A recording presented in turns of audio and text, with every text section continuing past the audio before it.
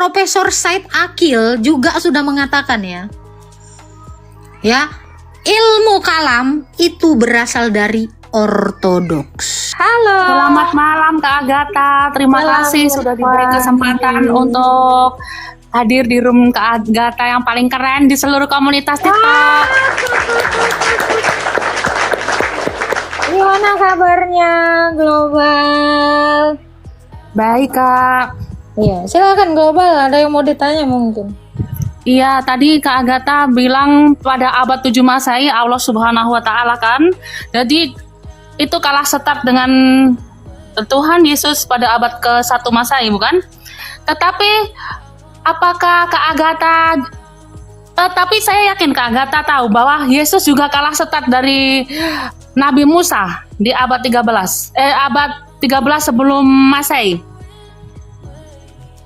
Pernah datang Apakah Tuhan Yesus kalah start dengan Nabi Musa? Nggak apa-apa, yang penting Nabi Musa nggak masuk ke room saya mendebat Tuhan. Itu dia masalahnya, banyak orang Kak Agatha, mendebat Tuhan saya. Mohon Musa maaf nggak ini. pernah mendebat, sabar. Intinya adalah Musa tidak pernah mendebat Tuhan saya. Itu udah keren. Bapak, adakah ada mendebat Tuhan saya? Enggak ada. Masalahnya itu dia. Paham ya?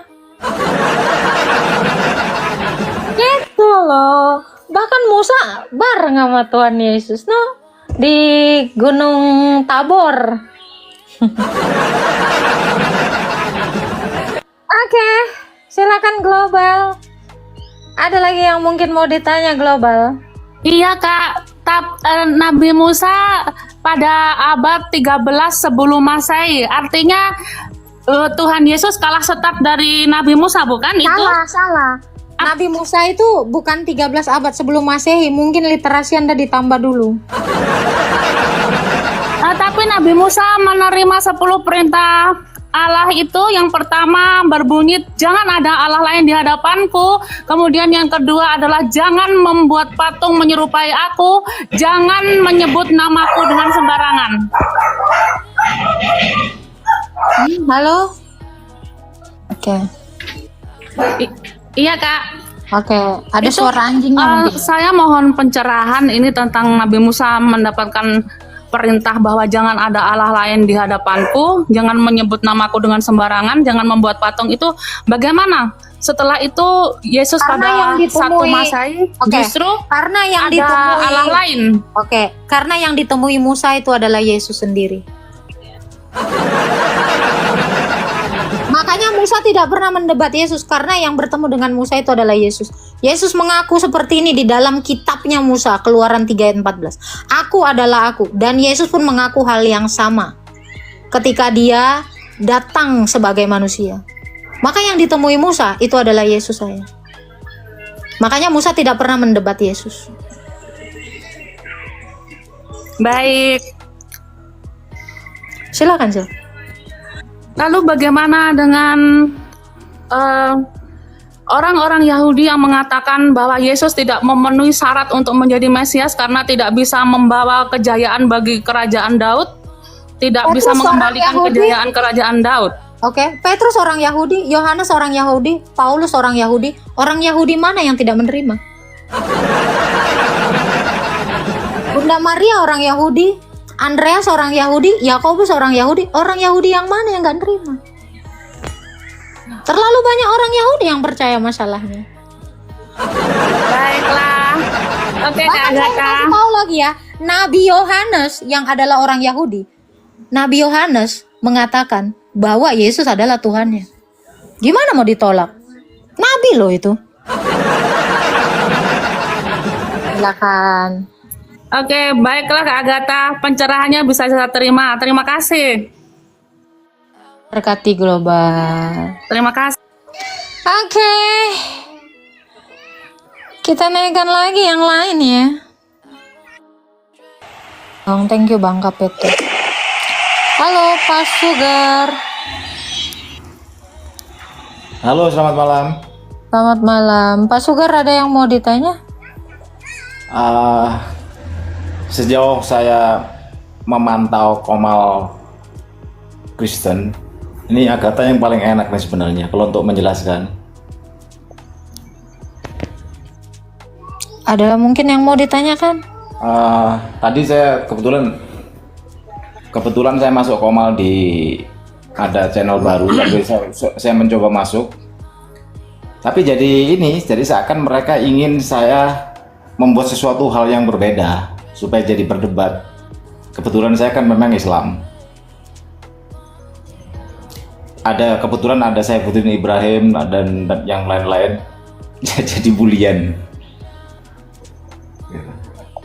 Nah, saya membahas ini tadi, mungkin Agatha nanti bisa memberikan penjelasan terhadap saya. Saya membahas tentang dogma, bahwa menurut saya dogma itu sifatnya subjektif. Kalau menurut Agatha bagaimana? Bisa jadi. Setuju. Subjektif bagi yang percaya. Karena kita tidak bisa memaksakan orang lain juga untuk percaya. Makanya itu disebut subjektif. Pas, betul.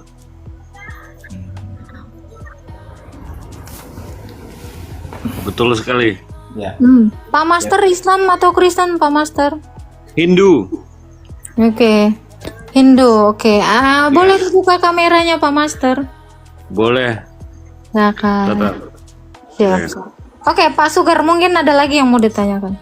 Ya, saya punya alasan saya menyebutkan seperti itu. Bukan berarti saya tidak menghargai setiap keimanan seseorang. Karena secara internal bisa jadi memang itu sesuatu hal yang objektif secara absolut. Tapi secara global memang namanya dogma itu subjektif. Bisa dibantah dari satu ke lain yang Dogma lain. itu subjektif, tetapi kebenaran itu objektif. Ya, itu bagi pengikut atau bagi sesuatu hal yang sifatnya internal, tapi bagi sesuatu yang umum itu bisa jadi memang subjektif kalau menurut saya. Saya punya alasan tersendiri, mungkin nanti Agatha bisa menjelaskan saya kalau saya salah. Silakan. Banyak sekali orang Kristen pindah ke Islam, banyak sekali orang Islam pindah ke Kristen. Itu fakta. Artinya kalau dalam bahasa agama kan memang itu kan suatu petunjuk atau hidayah menurut orang-orang yang sudah berpindah, kan begitu sih. Maka ketika Bapak mengatakan gitu, dogma itu sifatnya subjektif karena dengan adanya orang Islam pindah ke Kristen, Kristen pindah ke Islam, gitu kan? Betul. Tapi ketika dogma ini relate dengan hal yang benar-benar terjadi, dogma di dalam iman kami bahwa pilihan atau kehendak bebas itu diajarkan, maka saya katakan dogma kami menjadi objektif. Karena di dalam iman kami, di dalam dogma kami mengajarkan setiap orang memiliki kehendak. Pada akhirnya adalah dogma kami merujuk kepada kebenaran yang realitanya itu benar-benar terjadi. Yeah. Betul nggak? Apakah sekarang dogmanya iman Kristen menjadi subjektif atau mendegradasi menjadi objektif? Saya bisa terima itu ketika orang memahami dogma itu secara dalam atau sudah paham. Bagi orang yang memang tidak mempelajari secara dalam, itu bisa jadi memang suatu hal yang subjektif. Jadi begini maksud saya. Saya bicara seperti ini dalam konteks yang awam. Oke lah, silakan kalau saya disebut saya awam. Karena di internal semua agama apapun itu banyak sekali terjadi perdebatan. Di Kristen banyak sekali perdebatan, di Islam banyak sekali perdebatan. Makanya saya menyebut itu sesuatu hal yang subjektif.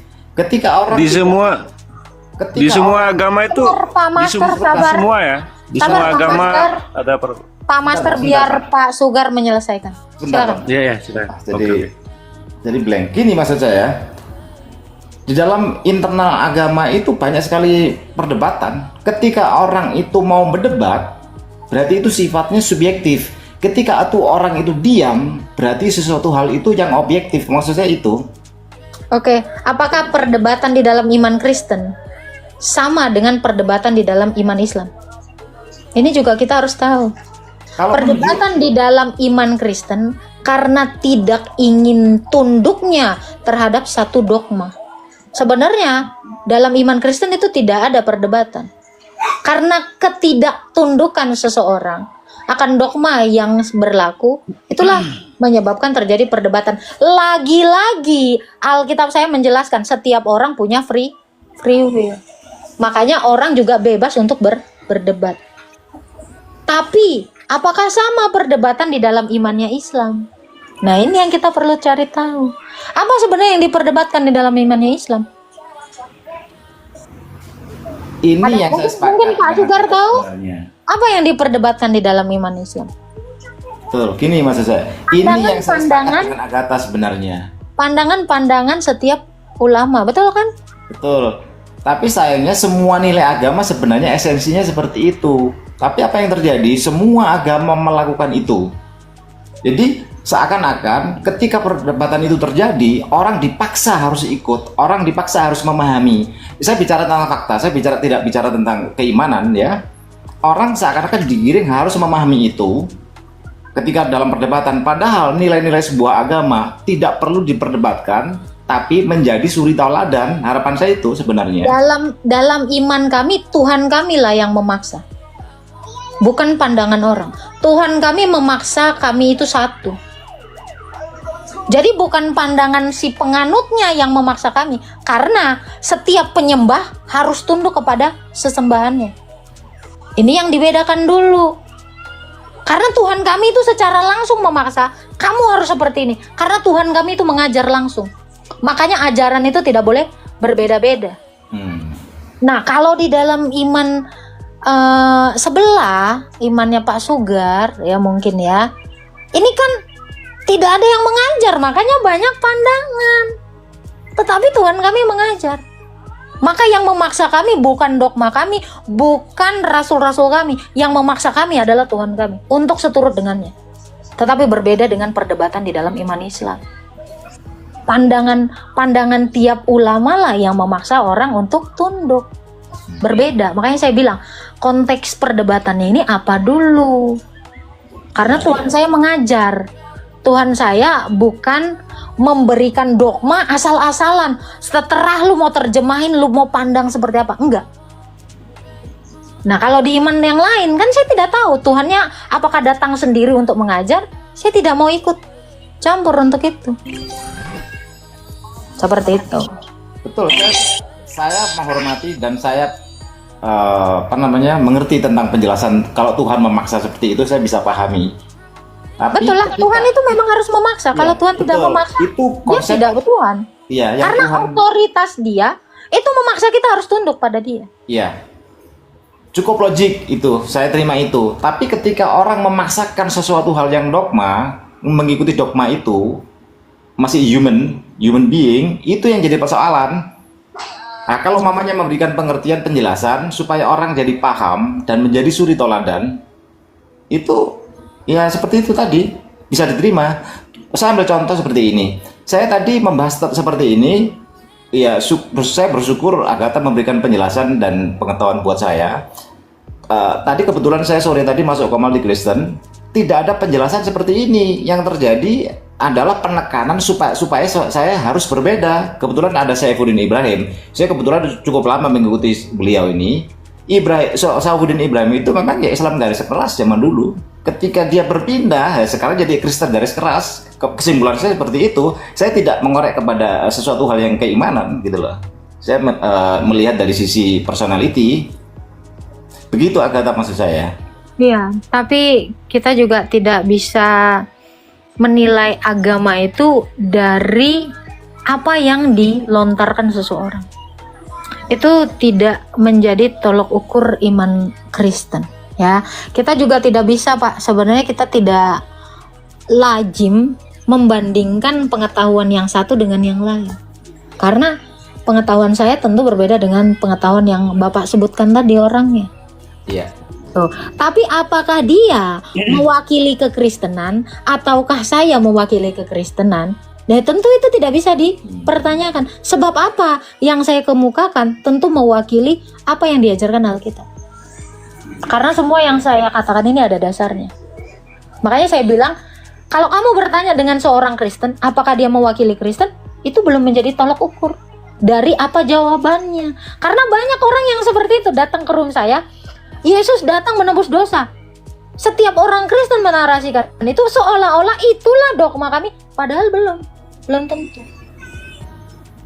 Makanya saya katakan ada yang namanya otoritas dalam menyampaikan ajaran itu, yaitu gereja. Jadi tidak boleh sembarangan orang menginjili, menyatakan narasi dogmanya kalau dia tidak tunduk di bawah otoritas gereja. Standarnya orang Kristen itu tunduk di bawah otoritas gereja. Hanya gereja satu yang didirikan Yesus lah yang bisa divalidasi ajarannya. Yes. Jadi tolong jangan membandingkan kapasitas yang satu dengan yang lain. Itu aja. Ya, kalau saya bicara tentang otoritas Tuhan yang maha kuasa, ya bisa saya terima gitu loh. Tapi saya tetap harus fair bahwa di Islam sendiri banyak sekali pertentangan. Saya sendiri juga banyak sekali yang sifatnya kontekstual, yang masih tidak relevan digunakan untuk saat ini, masih digunakan. Saya juga tidak bisa terima itu. Tapi di Kristen juga ada.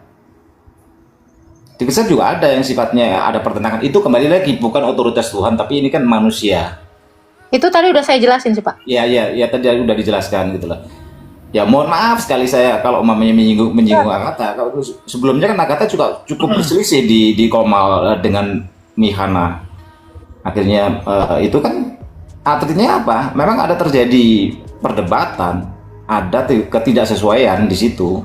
Makanya tadi saya menyebut secara umum memang ada sesuatu atau mungkin memahaminya caranya yang berbeda.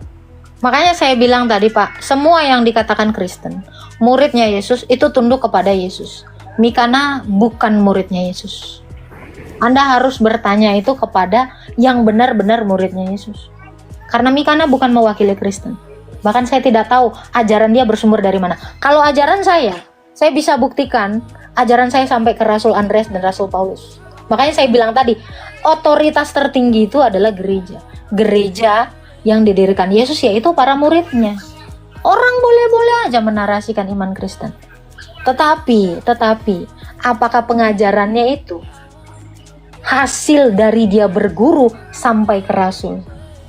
Tapi saya bisa membuktikan sanad pengajaran saya. Itu aja bedanya Pak. Makanya Bapak juga bisa mempertimbangkan ini dari kualitas argumentasi seseorang yang menginjili. Seperti itu. Ya, mungkin Pak Master mau ikut ambil bagian dalam pembicaraan kita, silakan Pak Master, dipersilakan. Nggih. Terima kasih kepada Mbak dan Bapak tadi. Yang jelas saya tuh hanya begini, memberikan apa sih alam semesta ini, apa sih manusia ini, gitu. Bukan dalam artian konteks saya tuh kepingin tidak diblok dengan agama-agama tertentu, karena di sini universal kalau menurut saya spiritual sadaran. Artinya kehidupan itu sudah, saya tuh maaf ya, saya Hindu, saya melihat Tuhan itu bukan Ide Sang Widi, bukan Yesus. Tuhan itu universal. Semua makhluk di dunia ini ciptaan beliau, tidak ada beda-beda gitu. Artinya kembali ke jiwa. Mohon maaf Pak, kalau bahasa tubuh Agatha saya nyimak di bawah ya, diturunkan ya. Silakan Pak Suga, Tuhan memberkati. Mohon maaf ada salah kata ya. Terima kasih Oke, silakan Master. Tolong narasinya lebih spesifik. Tuhan itu bukan Sang Yang Widi, bukan Tuhan Yesus, bukan apa tadi? Buddha, bukan semua tuh. Kalau Buddha jelas bukan Tuhan. Kalau Buddha jelas. Ada sang pencipta. Jadi kalau yang Anda universal. Kalau yang Anda sebutkan tadi bukan Tuhan, lalu siapa Tuhan? Universal. Maksud saya tuh saya punya jiwa yang universal. Semua makhluk hidup ini ciptaan beliau. Tidak ada beda-beda. Pertanyaan saya siapa beliau? Sang pencipta. Ya pencipta ini yang mana, yang dari antara yang banyak Anda sebutkan tadi yang mana? Tidak mungkin Kalau- semuanya makanya. menjadi pencipta. Makanya saya punya jiwa yang universal. Tahu universal? Universal, absolut. Universal itu bahwa semua ciptaan beliau itu adalah universal. Tidak ada beda kalau menurut saya. Bahwa Nah, bukan ciptaan. Tadi narasi Anda, Tuhan Yesus bukan pencipta, Sang Hyang Widi bukan pencipta. Lalu siapa pencipta itu? Bukan ciptaannya. Saya nggak merujuk kepada ciptaannya. Tapi siapakah sang pencipta yang satu itu? artinya begini Bu, maaf ya, pelan-pelan. Pelan-pelan dalam hal ini kita perlu kesadaran sebuah jiwa, karena saya itu kadang-kadang bukan bicara masalah tubuh, saya kadang-kadang berbicara masalah jiwa. Beda loh ya, kalau kita bicara masalah tubuh itu ada beda-beda, ada tingkatan, ada begini, tapi kalau masalah jiwa semua sama. Apa jiwa Bapak sama dengan jiwa saya? Sama, jiwa ya sama. Tidak ada beda. Kalau jiwa saya sama dengan jiwa Bapak, apakah saya bisa mengatakan bahwa saya laki-laki? Boleh. Itu jiwa. Jiwa itu Tidak mau mengakui. Saya Oke, tidak mau artinya- mengakui jiwa saya laki-laki karena rasa ketertarikan saya itu bukan kepada wanita, tetapi kepada laki-laki. Sebab saya wanita.